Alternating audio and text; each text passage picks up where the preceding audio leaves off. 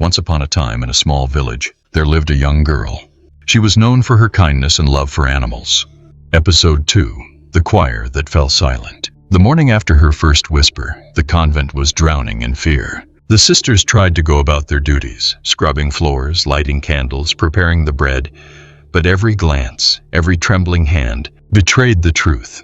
None of us could forget the voice that had come from her lips. Still, Mother Superior insisted that the choir sing the morning hymn. "We will not surrender to darkness," she said. "We will drown it in praise." The chapel filled with voices. 100 hymns had been sung here before, but that morning, each note was tight, strangled, like women singing with knives pressed to their throats. The Virgin knelt in silence among them, her head bowed, her hands folded, and then her lips parted. No one had asked her to sing. She had never sung, never spoken, not even a cry as a child. But now, as the choir's fragile melody lifted, a voice slashed through it, deep, broken, male.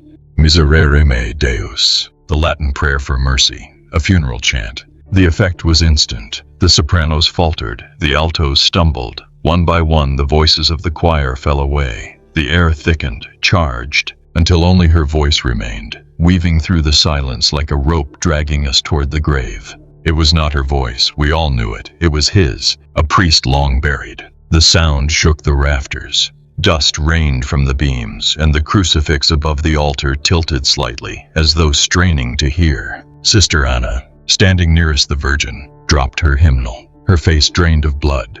"I heard that chant," she whispered, "at Father Raphael's funeral." The Virgin's eyes lifted. They glowed with a strange clarity, as if another soul peered out through them. And still she sang, her voice climbing higher, stronger, until the stone walls trembled. One by one, the sisters fell silent, not because they wished to, but because someone, forced the sound out of their throats. Their voices died in their mouths, swallowed by an invisible hand. Even Mother Superior could not sing. The choir was silent, all except her. When the last note ended, a terrible hush filled the chapel. The Virgin lowered her head, her body trembling. But the man's voice did not fade. It lingered, echoing in every corner. "You sang for him once, but you never prayed for me." The silence that followed was unbearable. We could not breathe, could not move, until Sister Clara collapsed to her knees, weeping into her hands. "It is him," she cried. "It is Father Raphael. His voice is not at rest." The Virgin fainted then, her body folding into the cold stones of the chapel floor, but her lips kept moving, silently shaping words none of us could hear. The choir, once meant to raise souls to heaven, had become a tomb of silence. And in that silence, we realized the dead had claimed their place among us. Episode 3. The Dead Priest's Confession. The name had been whispered among the sisters all day. Father Raphael, a priest buried 50 years ago. A man most of us had never met, but whose shadow seemed suddenly to stain every stone of the convent. That night the Virgin did not eat. She sat at the edge of the refectory, pale, hands folded, as though waiting for something none of us could see. And when the bell tolled for Compline prayers, her silence became unbearable. We gathered in the chapel once more. Candles burned low, dripping like veins onto the altar cloth. The air itself felt swollen, like lungs filled with too much breath. Mother Superior began the prayer, but the Virgin interrupted. Her lips parted, her voice, his voice. "Bless me, Father, for I have sinned." It was the beginning of a confession. The words cracked like dry bones dragged across stone. Every nun froze. The Virgin's head bowed as though kneeling in the confessional, her hands gripping the pew until her knuckles blanched. I broke the vow of silence, not with words, but with desires unspoken. I touched what was not mine. I craved what belonged to heaven. The chapel groaned, wood strained, as if the building itself remembered. Sister Clara shrieked, clutching her rosary. "He confessed this to me before he died," she cried. "But I never repeated it. I never told a soul." The Virgin's mouth twisted, forcing out more. "They buried me without absolution. My sins rot in the ground with me. And now I confess through her, for I cannot confess through earth." A cold wind slipped through the chapel, though the doors were shut. Candles bent, flames shrieking sideways, and all the while, his confession poured out, words that were never meant for living ears. He spoke of nights alone in the sacristy, of hands trembling over forbidden scripture, of a secret grave dug beneath the chapel floor. He whispered names, names of the guilty, names of those who never should have been spoken in prayer. And then, with a voice that cracked the silence in half, he said, "I was not the only one." Gasps scattered through the room. The Virgin's body shook violently, but the voice pressed on, desperate, urgent. Others sinned, others hid. Their secrets rot with me. If I must speak, so must they. Mother Superior's face was ash pale, her lips trembling. She tried to command silence, but the voice only grew louder. Finally, the Virgin collapsed, her body jerking like a puppet cut from its strings. She lay gasping, her lips raw, yet her eyes staring at something none of us could see. The confession was finished, but its weight remained, crushing us, leaving every heart heavy with dread. We had not come to witness a miracle. We had come to hear a priest confess his sins from beyond the grave, and it was only the beginning. Episode 4. The Candle That Wouldn't Die. It began with a single candle, a flame no larger than a fingertip, trembling before the crucifix. But when the night wind rattled the chapel windows, when every other candle bent and flickered out, that one flame burned brighter. No matter how the sisters tried, it would not die. Mother Superior ordered it snuffed after Compline prayers. She pressed her fingers around the wick herself, twisting until her skin blistered. The flame hissed, vanished, then returned, stronger, as if fed by something beneath the stone floor. The Virgin sat at the back of the chapel, her face pale, her lips closed. Yet even in silence, her body seemed to pulse with an unseen rhythm, as though her heart beat in time with the flame. And then the voice came. "This light is not for the living." It was the dead voice, heavy and broken, spilling from her throat without her consent. The sisters recoiled, rosaries trembling in their hands. "It burns for the forgotten, for the soul left in the dark earth without prayer, without peace. This flame belongs to me." The words rolled across the chapel, and with each syllable the candle flared, shadows slithering along the walls. The Virgin's eyes were fixed on it, wide, unblinking, as though chained to its glow. Sister Anna dared to speak. "Whose soul burns in that flame? Who demands this offering?" The Virgin's lips moved, though she did not breathe.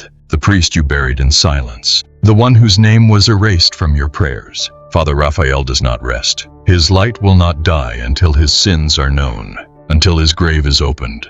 At those words, the sisters erupted in gasps and whispered prayers. Some fell to their knees, others fled the chapel entirely, but none could take their eyes from the stubborn flame. And then, something worse. The flame began to change. Its glow shifted from gold to deep red, like blood stirred in a chalice.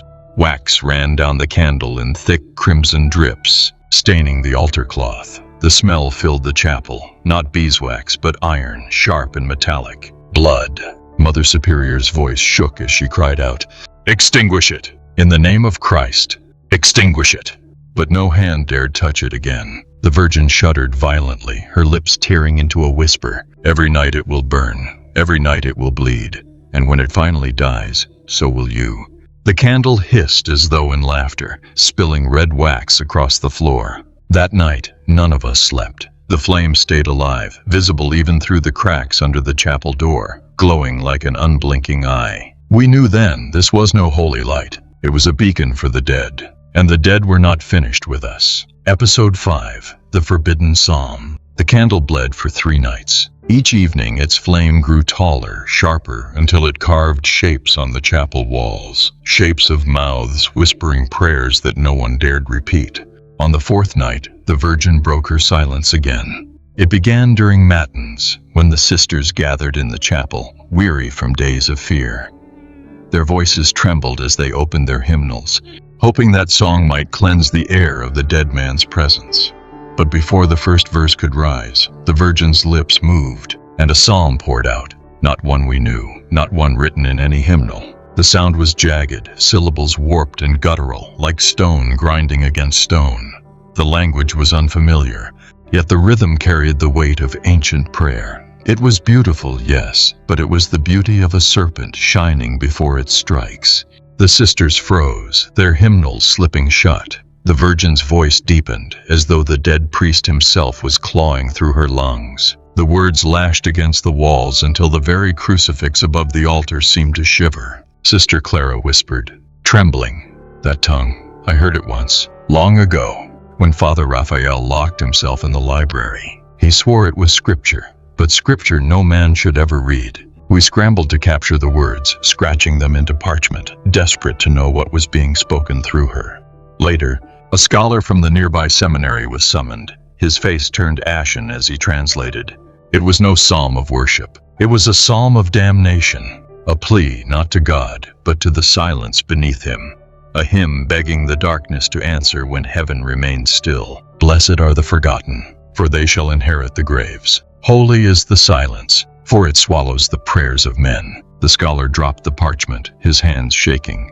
"This is not the word of God," he whispered. "It is the language of those who turned their backs on him." The Virgin's eyes rolled white. Her body arched as the psalm poured through her in torrents, too fast for her lungs, too raw for her flesh. Blood beaded at the corners of her mouth, yet still the words came, echoing from stone to stone. And then, silence. Every candle blew out at once, save the bleeding flame at the altar.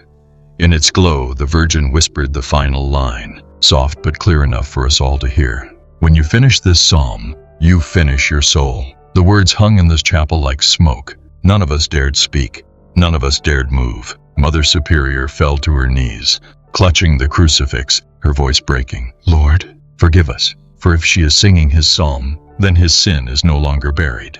That night, none dared open a hymnal. We were too afraid that another song might answer back. Episode 6, The Body Without a Tomb. The psalm had named the silence, and that silence pointed us downward. The next evening, the Virgin awoke screaming, not in her own voice, but in his. The sound rattled through the convent halls, dragging every sister to the chapel. She lay sprawled on the stones, her nails bleeding from clawing at the floor. Between gasps, his voice erupted. "Dig, dig where prayers are never spoken." Her eyes darted toward the altar. The sisters froze. No one wanted to believe what the dead demanded, but the bleeding candle still burned, spilling red wax that slithered straight toward the altar base, as if guiding us. Mother Superior resisted. "We will not desecrate the house of God," she cried. Yet the Virgin convulsed, her throat tearing with words that were not her own. "You desecrated it first, when you buried me without rites." And then came the sound. Not her voice, not his. A thudding, hollow, from beneath the altar itself. No one moved. The chapel trembled under the weight of that sound. Finally, Sister Clara whispered what all of us feared. "There is a grave under these stones." The next morning, spades were brought. Against every instinct, against every prayer, we dug. Each strike of metal against earth was met with a groan from the Virgin, as though her flesh felt every wound of the soil. Hours passed. The air thickened with the stench of rot long hidden, and then the blade of a spade struck wood. A coffin, unmarked, forgotten. We dragged it out into the light. Its wood was warped, soaked through with damp earth. No cross, no name, only silence. The Virgin staggered forward, her body moving as though pulled by chains. Her lips opened, his voice filled the courtyard. "They lowered me here like a thief, like a plague. No holy water, no final blessing, only the weight of lies pressing down." The coffin creaked. A crack split across the lid. Sister Anna screamed as a pale hand burst through the wood, skin brittle as parchment, bones clawing upward. The sisters scattered, shrieking prayers, clutching their rosaries. But the Virgin did not run. She knelt by the coffin, her hands trembling, her face blank. The dead voice whispered through her, "See me, hear me. Do not bury me in silence again." With trembling fingers, Mother Superior tore the lid away. Inside lay the skeletal remains of a man in priestly robes, his skull caved on one side, as though struck down. Around his neck dangled a rosary, blackened, its crucifix snapped in two. The Virgin's scream split the sky. Her body arched backward, her voice shrieking his pain, his death, his final breath. And then the candle in the chapel blew out. For the first time, the flame was gone, but the silence it left behind was worse than the fire. Episode 7. The Virgin's Own Silence. When the coffin was opened, we thought the torment would end. But instead, the Virgin grew worse. She did not eat. She did not sleep. She sat in the chapel as though nailed to its stones, her eyes hollow, her lips trembling as though caught between two worlds. Sometimes we heard her murmuring, not in the priest's voice, but in a whisper too soft to belong to anyone living. One evening, as the sisters recited Vespers, she suddenly rose. Her pale face was lit by candlelight, her mouth quivering with a desperate will, and for the first time we heard her. Her true voice. "My name is—" The words barely escaped her throat before they were strangled. Her body convulsed, and the dead voice burst out, loud and jagged, silencing the chapel. "She belongs to me. She will not speak her name, for her name is buried with mine." The nuns gasped. The Virgin clawed at her own neck as though trying to rip the voice out of her throat. Tears streamed down her face, her lips shaping words we could not hear. Every time her own voice tried to rise, his crushed it beneath its weight. It was as if her silence had been a prison all along, built to contain him. Now that she had broken it, he ruled it. Sister Clara fell to her knees. "Lord, let her speak," she cried. "Let the girl be freed." But the voice mocked us, echoing from the rafters. "She is my mouth, my breath, my psalm. Through her I will finish what I could not confess. Through her you will hear every sin you buried with me." The Virgin collapsed, gasping. Her mouth opened again. This time her own words barely surfaced. "Please, help." But his voice devoured hers instantly. "Do not listen. She lies. Only I speak the truth." The sisters wept, torn between faith and horror. Mother Superior clutched the crucifix, her voice breaking. "Child, you must resist him." Yet the Virgin could only thrash on the floor, her body racked by two voices fighting for the same throat. The sound was unbearable, her fragile cry strangled, drowned in the booming tones of the dead. Finally she went still, her lips curved into a faint smile that was not her own, and in the dead man's voice she whispered, "From this night forward her silence is mine. If she speaks again, it will be because I allow it." The chapel plunged into stillness. No one dared breathe. The Virgin lay there, her chest rising weakly, her mouth closed.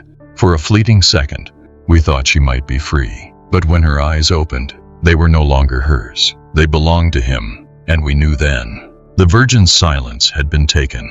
Her voice was no longer her own. Episode 8. The Bell That Rang Alone. It was midnight when the bell tolled. No hand pulled its rope. No sister stood in the belfry, and yet the iron tongue swung wildly, striking the night with a funeral peal. The convent stirred in terror. Doors creaked open. Pale faces peered from the shadows of the corridors. We gathered in the courtyard, our eyes lifted to the tower. The bell tolled again and again, each strike slower, heavier, like the heartbeat of something buried deep in the earth. The Virgin stood among us, though none had seen her leave her cell. Her eyes were wide, her lips pressed tight, and then, without breath, the voice broke through her silence. "He calls you to Mass, not for the living, but for the dead." The sisters gasped, clutching their rosaries. The bell tolled a third time, shaking the stones beneath our feet. We stumbled toward the chapel, drawn not by choice but by something heavier than will. Inside, the air was suffocating. Candles flared on their own, bathing the altar in a red glow. The coffin we had unearthed lay open still, its occupant untouched, his empty sockets seeming to stare at us all. The Virgin walked forward, her steps slow, deliberate, as though guided by invisible strings. She knelt before the coffin, her lips parted, and his voice thundered through the chapel. "Sit, pray, sing, for this is the liturgy you denied me." One by one, against our trembling hearts, we obeyed. We filled the pews in silence. The air was thick with dread, yet none could resist. Then it began. The Virgin's throat opened, and through her came chants not of heaven, but of graves. Latin twisted into groans, psalms warped into laments. The sound rose and fell like a dirge sung by hundreds of mouths, though only hers moved. The bell outside tolled with every verse, as though echoing the words of the dead. Shadows stretched along the walls, forming silhouettes of figures kneeling, bowing, whispering. The chapel was full, yet half of those who prayed had no flesh. Sister Anna tried to flee, but the doors slammed shut with a force that split the wood.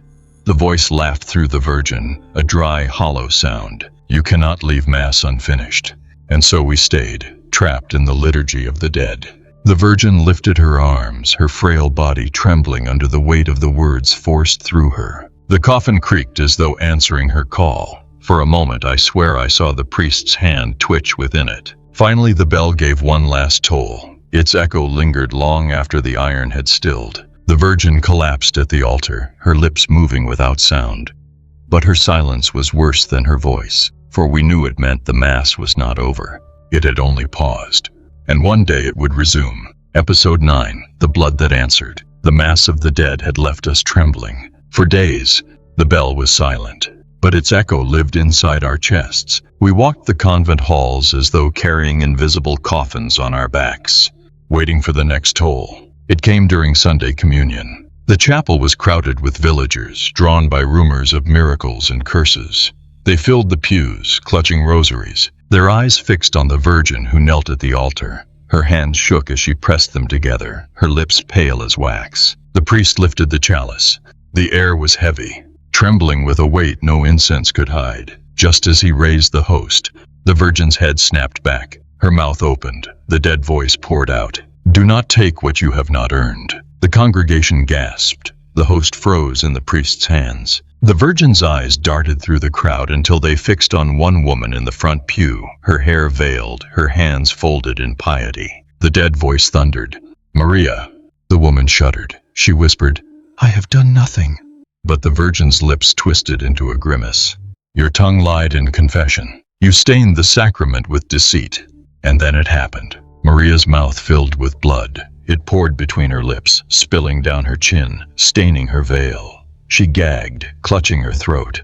Her body racked with sobs as red streamed onto the stones. The villagers screamed. Some rushed to help, but the Virgin's voice rose again, louder, commanding, "Do not touch her. This is the price of false absolution." The chalice rattled in the priest's hands. The host fell to the floor, untouched, as if heaven itself recoiled. The Virgin trembled, tears flooding her eyes, but the dead priest's voice did not relent. "Every unconfessed sin, every unspoken guilt, the blood will answer for it." A man at the back of the chapel collapsed, blood seeping from his nose. Another clutched his chest as crimson welled from his gums.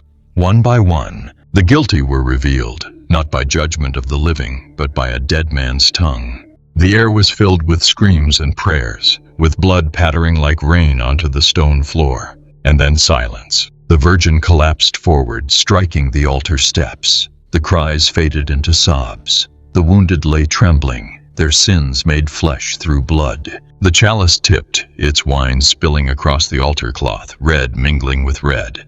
Mother Superior whispered, her face gray as ash, "He has turned the sacrament into judgment. Communion no longer feeds the soul, it devours it." That night, the villagers fled, refusing to return. They said the convent was cursed, a place where the dead judged the living.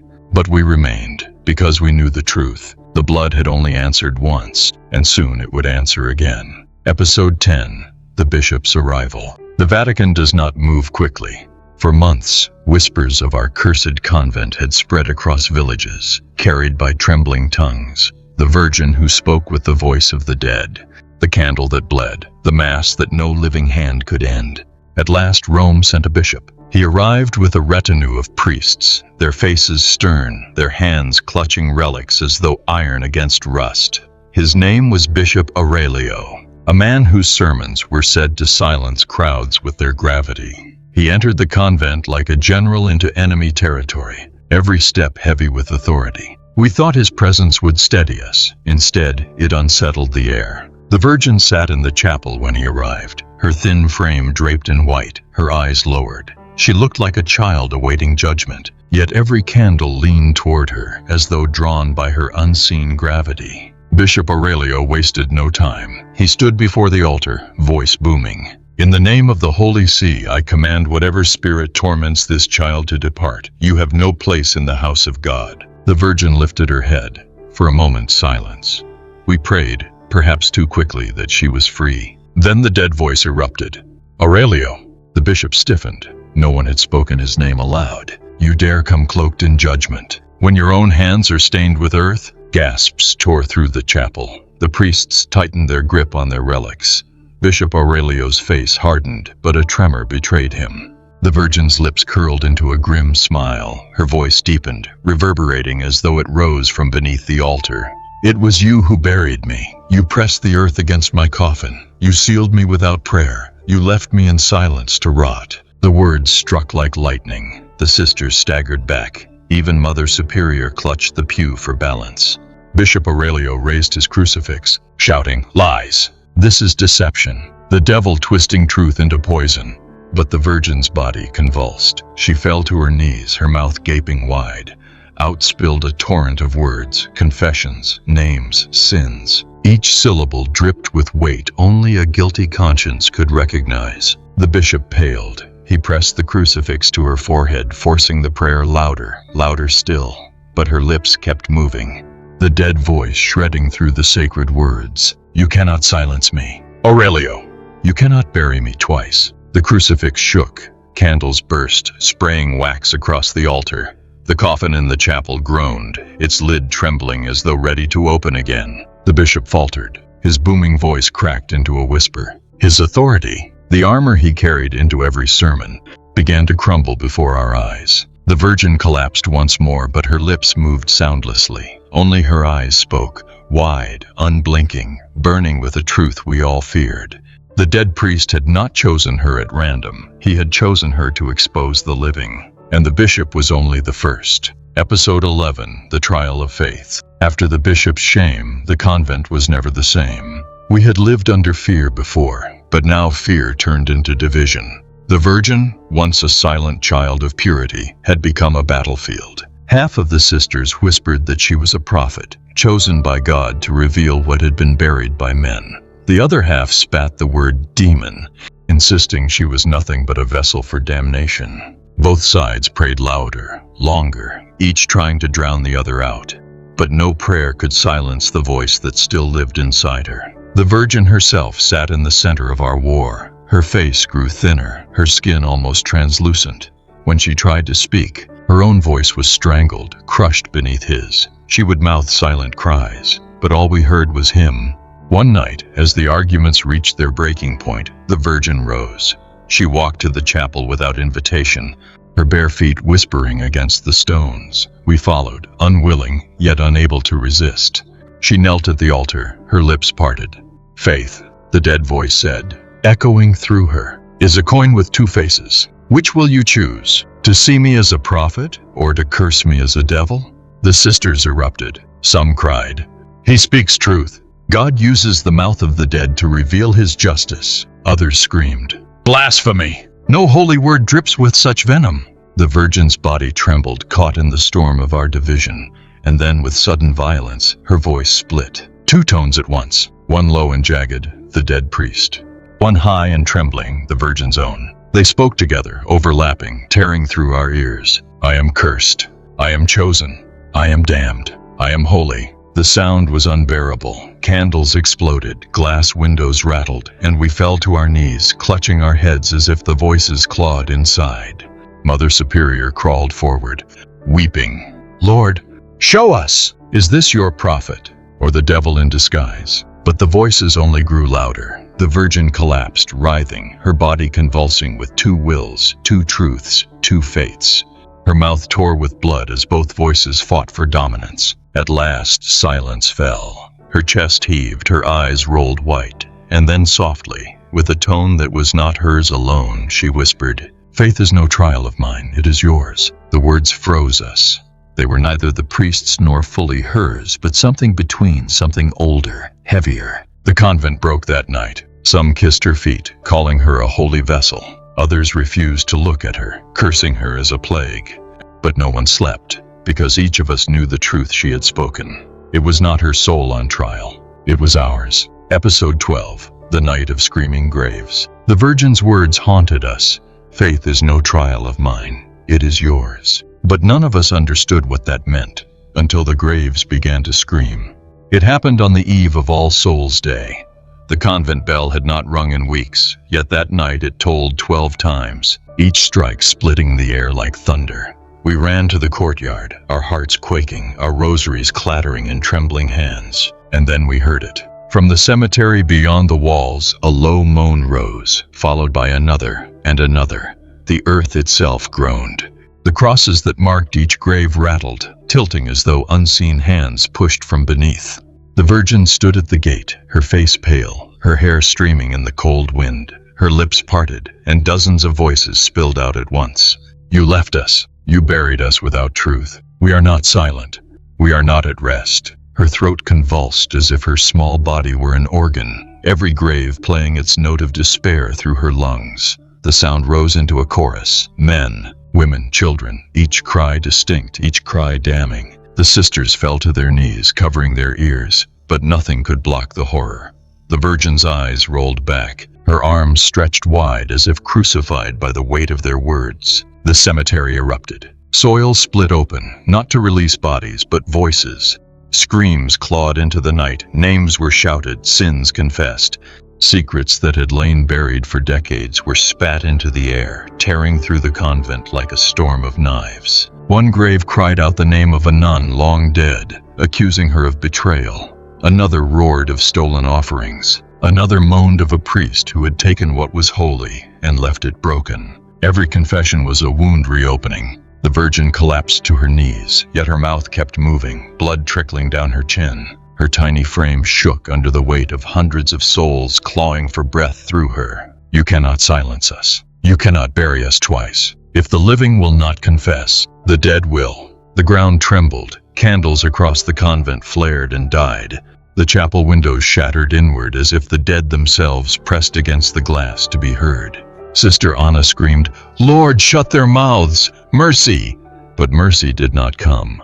The Virgin's body jerked violently, her cries twisting into shrieks, each one carrying the agony of another grave. It lasted until dawn. When the sun finally broke, silence returned. The Virgin lay collapsed in the dirt, her hands stained with soil, her lips torn and bloody.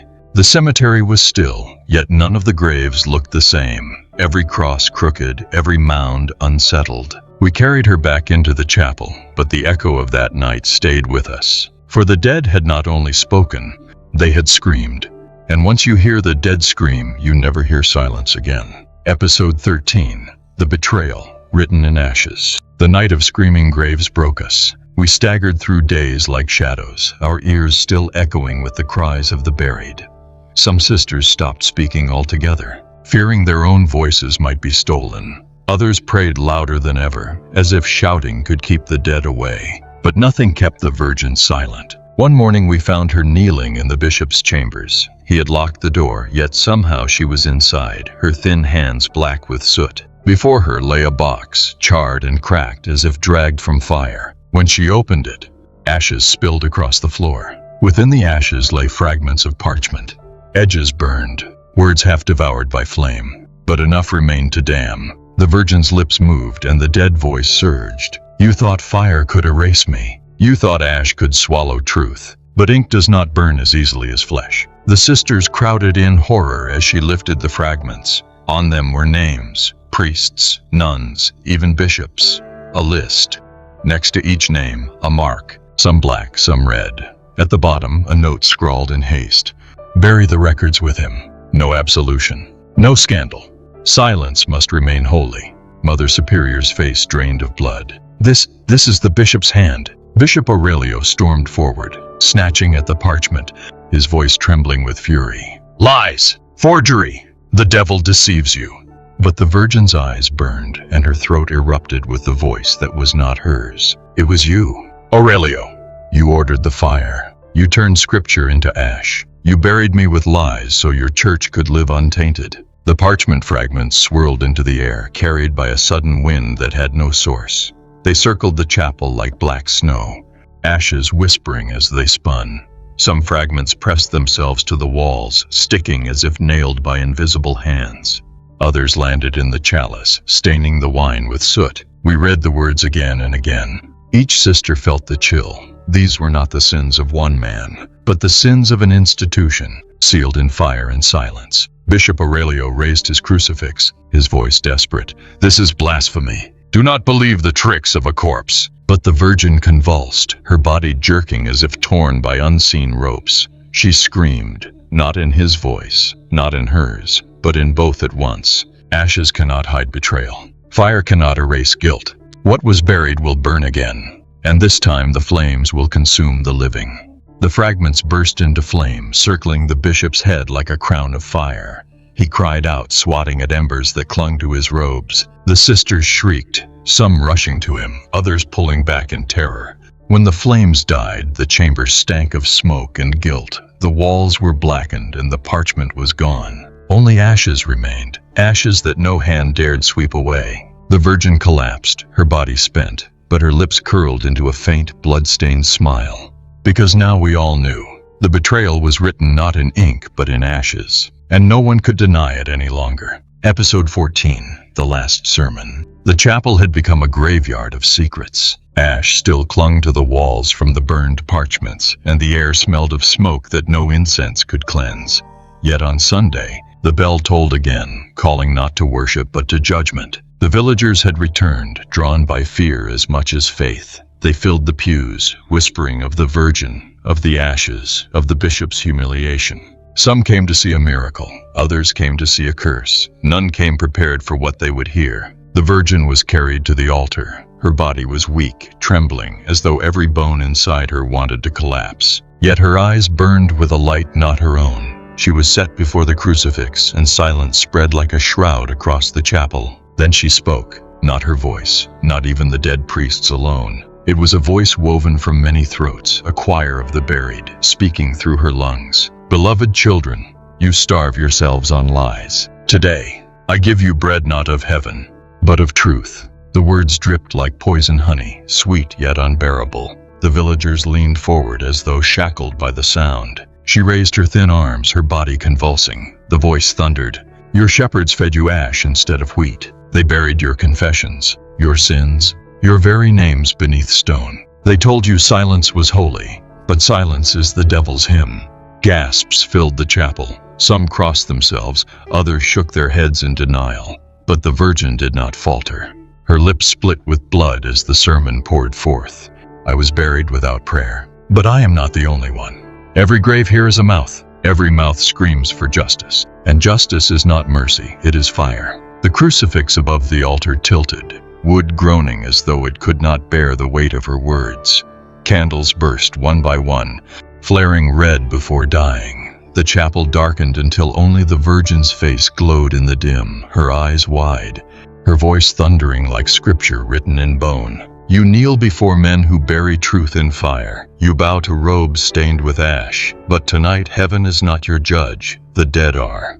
The villagers wailed. Some fled, clutching their children. Others clung to the pews, unable to tear themselves away. The Virgin's body jerked violently, her spine arching. Her mouth opened wider than it should, her scream rising into a sermon of pure despair. Blessed are the liars, for their tongues will choke them. Blessed are the guilty, for their blood will reveal them. Blessed are the faithful, for they will burn first.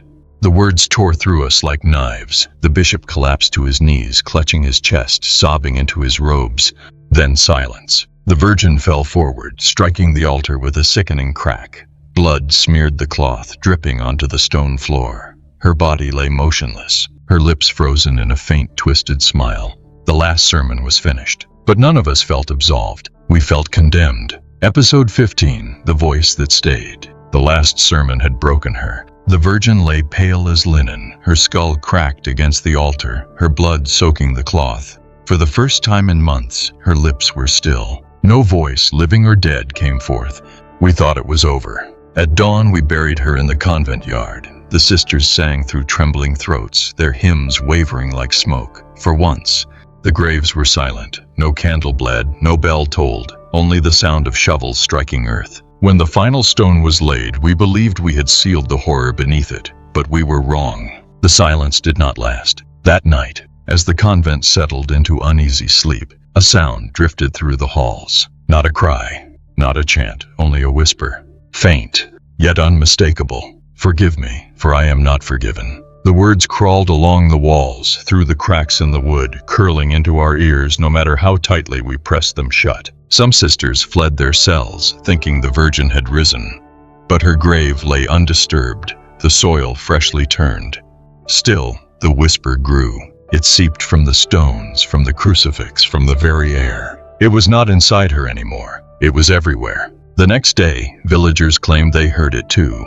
Farmers swore the voice followed them through the fields, murmuring sins they had buried.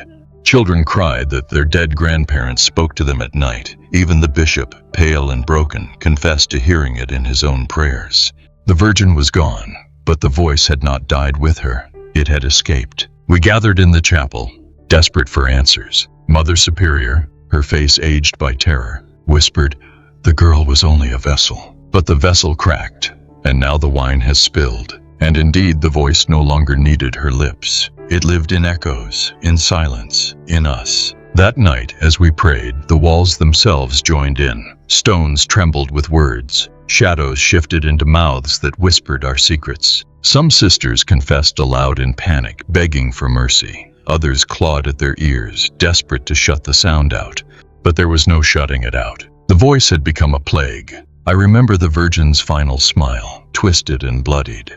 Perhaps she knew this would happen. Perhaps she was not freed at all, only broken open, so the dead could pour through her into the world. The last thing I heard before I fled the convent was not her, not him, but a chorus of countless voices, woven together into one dreadful truth. When she stopped speaking, you began hearing us, and you will never stop. I never returned. But even now, years later, when the night is still and the wind dies, I hear it. The Virgin's silence, the priest's curse, the voice that stayed, and it whispers in your walls too.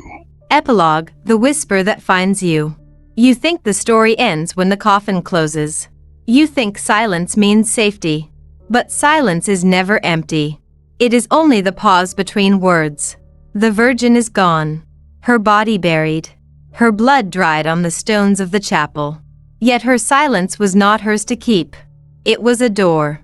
And once a door is opened, it does not shut. I tell you this not as a nun, not as a witness, but as someone who carries the whisper still. Even now, as you hear my voice, the silence around you stirs. The cracks in your walls deepen. The corners of your room lean closer. And if you listen carefully, you will hear it too. The dead do not stay buried. Their confessions wait in your shadows. Their secrets bleed through your prayers. You may close this book.